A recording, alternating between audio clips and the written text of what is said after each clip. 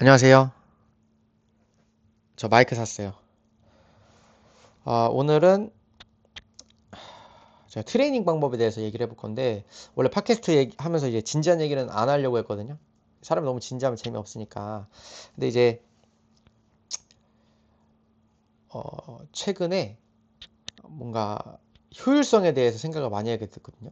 제가 주짓수를 그래도 어느 정도 하게 된 게, 제가 똑똑하게 트레이닝을 해서라기보다는 그냥 스파링을 많이 하고, 오래 했으니까 잘하게 된 것 같은 느낌이에요. 딱히 내가 어떤 매트 시간에 어떤 방향을 가지고 트레이닝을 해야 하는가에 대해서는 예전에는 생각을 많이 안 했던 것 같거든요. 근데 이제 나이를 먹다 보니 운동선수로서는 이제 나이가 많은 거니까 나이를 먹다 보니 효율적으로 운동하는 게 중요할 것 같아서 뭐 트레이닝 방법에 대해서 많이 찾아보고 또 실제로 대비해서 많이 해보고 있는데, 제가 이제 해외에서 많이 논란 중인, 뭐 다 지났어요 사실, 그 트레이닝 방법 두 가지에 대해서 뭐가 더 나은가 설명을 해드릴 건데, 이제 저희가 이제 가장 많이 하고 있는 트레이닝 방법은 트레디셔널 코칭이라고 해서 정통적인 방식의 코칭이에요. 그러니까 일반부 수업을 들으시면은 진행되는 방향이라 보시면 되거든요. 사모님이나 이제 코치님이 뭐 어떤 기술을 보여줘요. 그 뭐 그립을 어디 잡고 뭐 무릎을 어디다 찍고 각도는 뭐고 디테일은 뭐고, 그다음 그거 10번 반복시켜. 뭐 아니면 내가 더 잘하고 싶으면은 10번 반복 그 배운 거를 집에 가서 아니면 파트너랑 100번 연습해. 계속 파트너는 이제 수동적으로 그 내가 드릴할 수 있게 받아주고, 나는 똑같은 기술을 계속 내가 익히고 싶은 만큼 반복하는 방법이 이제 전통적인 방식의 코칭과 트레이닝 방법이다 보시면 되고요. 근데 제가 시합을 많이 나가서 해본 결과, 이렇게 상대방이 리액션 없이 뭐 그냥 서서 받아주기만 하는 거는 주짓수에는 잘 맞지 않는 것 같아요. 특히 내가 효율적으로 빨리 내 약점을 극복하고 또 게임 운영 방식을 향상시키는 데는 물론 도움이 되지만 특히 초보자들한테는 엄청 도움이 되거든요. 이 트레이닝 방법이. 왜냐면 초보자 분들은 뭐 몰라요. 어떻게 하는지 기술을. 그래서 기술 자체를 이해하셔야 되기 때문에, 원리와 동작을 이해하셔야 되기 때문에 이 전통적인 방식의 트레디셔널 코칭이 도움이 되지만, 아까 제가 말씀드렸다시피 그 내가 이 시합 때 잘하려면 내 약점 보완과 게임 운영 자체를 연습하셔야 돼요. 그래서 이제 제가 이제를 많이 하네. 이제 말씀드릴 트레이닝 방법이 생태학적 접근, 에콜로지컬 어프로치 트레이닝 방법이거든요. 제가 이제 설명을 잘 못해서 뭐 데안드레 콥이나 PJ 바치처럼 유명 노기 선수들 유튜브에 들어가시면 사실 자세히 나와 있어서, 뭐 그거 한국말로 자동 바꾸기 그것도 돼 있어가지고 다 이해하면서 보실 수 있거든요. 이제 제가 이해하는 방향의 에콜로지컬 어프로치에 대해서 설명을 드리면, 일단 이게 생태학적 접근의 트레이닝 방법이잖아요. 그래서 생태학적이라는 뜻부터 이해를 하셔야 돼요. 현상이나 문제를 바라보고 해석하는 것 자체를 이제 의미하는데,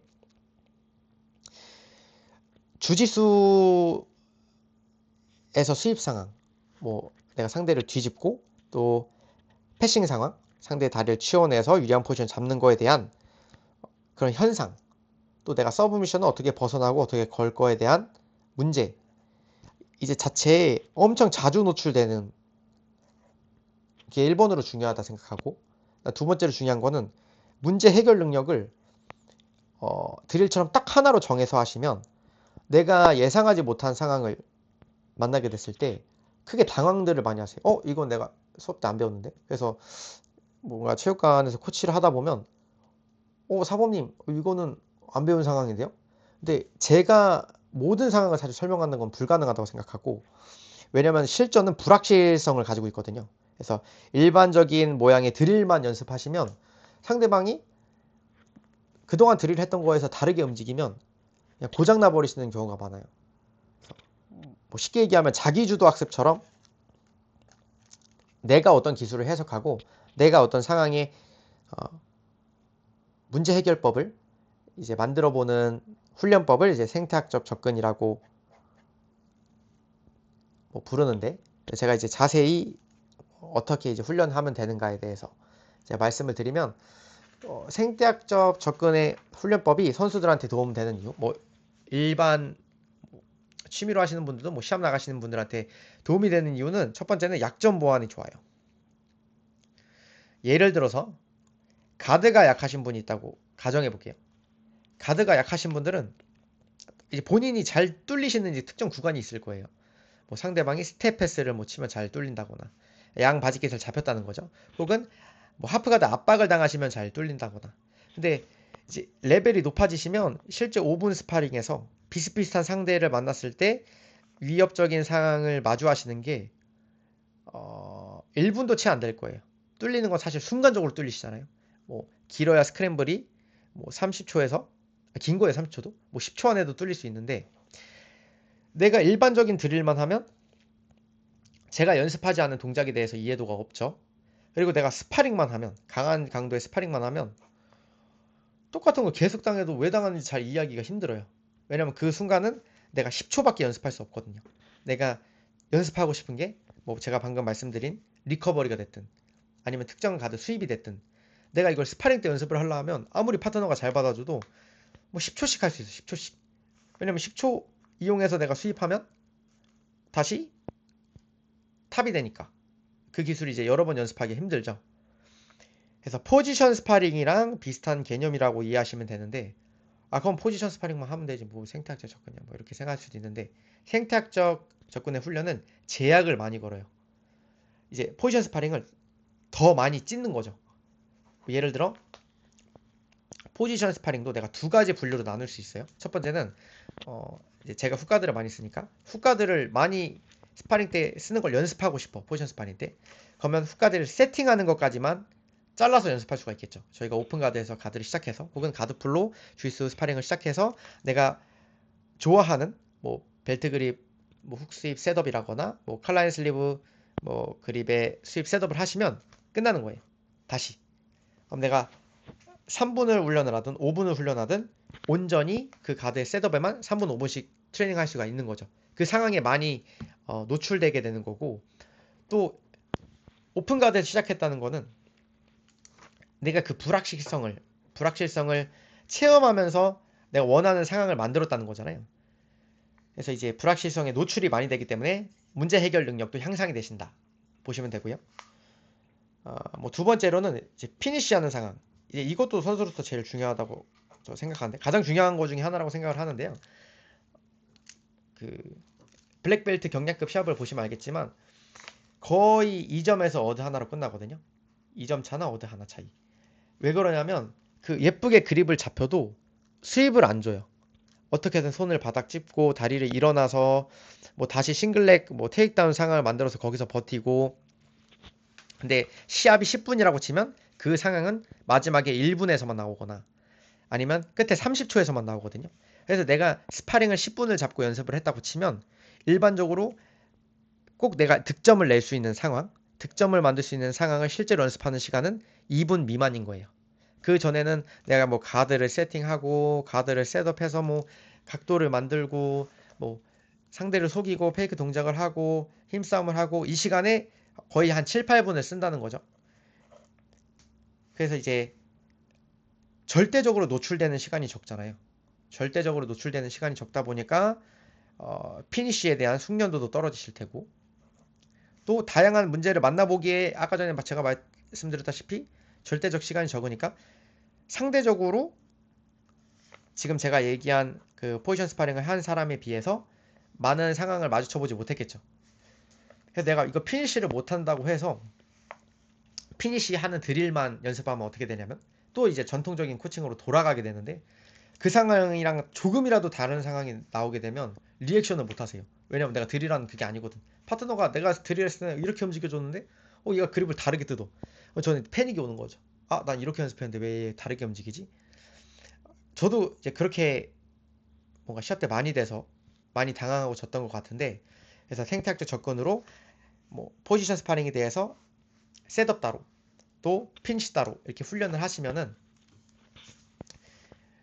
이제 문제 해결 능력 자체가 느시니까 내가 스파링 실제 강한 스파링이나 시합을 하시더라도 덜 당황을 하신다. 왜냐면은 사실 주짓수에서 나올 수 있는 상황이 뭐 많기는 많지만 엄청 몇 배까지가 되진 않거든요. 상식선으로 움직였을 때 많아야 4가지 방향에서 5가지 방향으로 스크램블이 일어날 수 있다고 생각을 하는데, 뭐 시간을 아마 그냥 예를 들게요. 싱글엑스 가드에서 탑 가드만 연습을 하셔도 3분 동안 그 4-5가지 상황은 계속 마주하실 거예요. 내가 왜냐면 계속 스윕을 해도 다시 그 자리로 돌아오고 패싱을 당해도 다시 그 자리로 돌아오기 때문에 내가 어떤 리액션을 하면 상대방이 다른 리액션으로 저를 상대하겠죠. 내가 3-4분 동안 그 동작을 반복하고 있는 거니까 계속 드릴처럼 똑같은 기술로 이기거나 똑같은 기술로 지진 않을 거 아니에요. 그래서 문제 해결 능력이 향상이 된다. 근데 이게 주짓수 스파링이나 시합 때 굉장히 중요한 영역이라고 생각을 하고요. 제가 이제 밑에 자세한 설명을 걸어둘 건데 너무 말을 횡설수설해서 이해를 잘 못 하셨을 수도 있는데, 마지막으로 이제 한 가지만 더 설명을 드리고 마칠게요. 두 번째 생태학적 훈련의 장점 중에 하나는 경기 운영 능력에 대해서 따로 연습을 할 수 있다는 점인 것 같은데, 경기 운영을 저희가 시합을 많이 나가서 특히 경량급 시합은 패싱이 나오거나 뭐 제가 이제 나가이한테 탭을 쳤던 것처럼 탭을 쳐버리면 실력 차이가 좀 많이 난다, 엄청나게 많이 난다고 생각을 할 수 있어요. 아니면은 뭐 운일 수도 있지만, 그래서 뭐 내가 이 사람한테 패싱 당하고 백 잡혀 졌어, 뭐 그러면 이제 기본기를 더 탄탄히 하는 훈련, 또 그냥 운동 주짓수 자체에 노출을 많이 시켜야겠죠. 근데 자꾸 2점 차이로 진다, 자꾸 어드밴테이지 차이로 진다면 제 생각에는 그게 실력이라기보다는 경기 운영 능력의 미숙이라고 볼 수 있을 것 같아요. 그래서 더블 가드에서 내가 어떻게 하면 어드밴테이지를 먼저 얻을 수 있는지, 혹은 뭐 제일 경량급 선수가 꼬이는 상황이 2점을 뺏겼는데 내가 탑인 거야. 같은 실력끼리는 패싱이 거의 안 나오거든요. 그럼 3점은 이제 따기 거의 불가능하다 보시면 돼요. 그럼 내가 2점을 따야 되는데 전통적인 방법으로 2점을 따는 방법이 없어. 유일하게 하나 있는 방법이 장애 라인에서 서브미션을 시도하면서 나가면 2점을 받잖아요, 저희가. 그래서 생태학적 접근으로 훈련을 한다면 이제 그 특정 상황만 나올 수 있도록 계속 움직여서 연습을 하시는 거예요. 목표가 내가 패싱이 아니고 장애 라인에서 2점을 만드는 게 목표인 거죠. 그럼 다시 이제 스탠딩 상황이 나오기 때문에 시합을 풀어갈 뭐 문제 해결이나 상황이 나올 수 있게 되거든요. 다음 장애 라인에서 뭐 이해도를 높이는 것도 물론 이제 생태학적 접근을 통해서 연습하시면 좋을 거고요. 그 제가 좀 아쉬웠던 부분이 그 와이어 주짓수의 하준이가 굉장히 강해요. 하준이 항상 저한테 다 죽여버리겠다고 얘기를 하고 하는데, 이 장애 라인에서 항상 보면 시합이 꼬이거든요. 하준이가 어떻게 하면 점수를 뺏기고 어떻게 하면 여기 점수를 지키는지 이해도가 조금 낮은 편이에요. 근데 제가 생각했을 때 낮은 이유는 따로 시간을 두고 이 부분에 대해서 포지션 스파링을 하지 않았기 때문이에요. 항상 일반적인 스파링만 하기 때문에 하준이가 중앙 부분에서는 굉장히 강점을 나타내지만 이 케이지 사이드에 매트 사이드에 갔을 때는 내가 서미션을 시도하면서 나가는 게 이득인지, 혹은 내가 여기서 나가지 않도록 방어하는 게 이득인지 이제 크게 경험해보지 못했단 말이에요. 왜냐면 일반 스파링 상황에서는 이 장애 상황이 1분 미만으로 나온다 보시면 돼요. 보통은 이제 중앙에서 하니까. 그래서 선수들은 더더욱 자신의 이제 약점 능력 향상과 경기 운영 능력 향상을 위해서 생태학적 접근의 트레이닝 방법을 하시면 좋을 것 같다 말씀을 드렸고요. 제가 이제 밑에 설명을 조금 더 붙여서 업로드 하도록 하겠습니다. 마이크 샀어요. 그리고 웬만하면 이제 혼자 마이크 잡고 떠들지 않으려고 했는데 자괴감이 들 것 같아서 어쩌다 보니까 하게 됐는데, 가끔은 이제 혼자 얘기도 한번 해보도록 하겠습니다. 혼자 할 땐 좀 진지한 걸로.